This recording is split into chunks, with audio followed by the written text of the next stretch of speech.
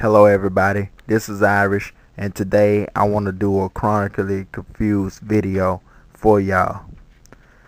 One of the first things I want to talk about is the Metroid series. Now Metroid turned out to be a confusing game as it was already, but somehow, some way, Nintendo wanted to release not one but two sequels for it. The two sequels did not release on the original Nintendo. Instead, one released on the Game Boy and the other released on the Super Nintendo. Here's my question. Why would they have a sequel of games all related to one another coming out on three different systems made by the same company? I just don't get it. Okay, here you have Metroid for the Nintendo. Then you have Metroid 2 Return of Samus for the Game Boy. And you have Metroid 3 for Super Nintendo.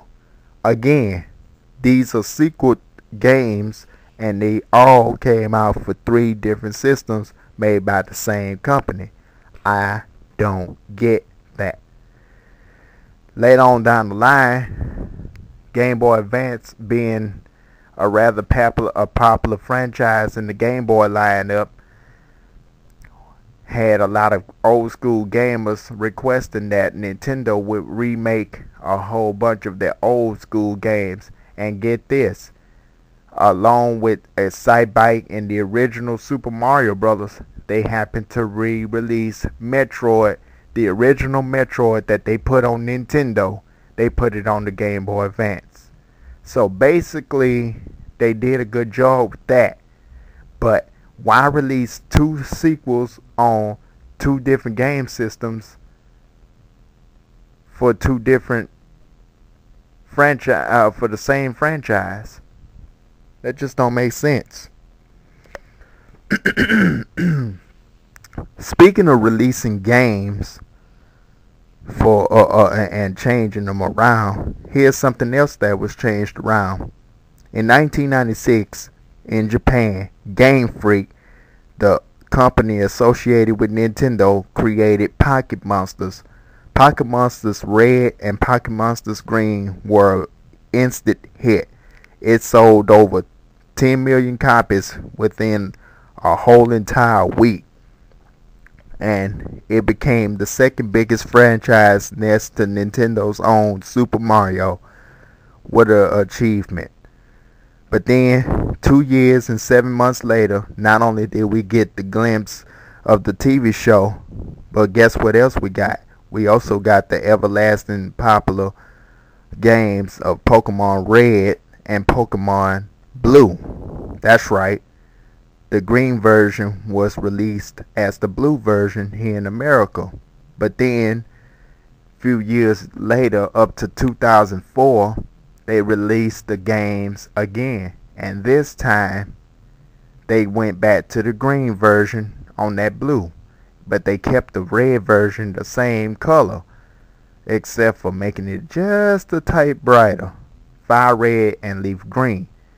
Here's my question. If you release the game in Japan under under green, and you released it in America under blue, why can't you keep the game blue in America and release leaf green in Japan and give us the aqua blue version? Would that be copycatting off of Sapphire? No, it would not, because Sapphire is a little darker than aqua blue if the game would have came out like that.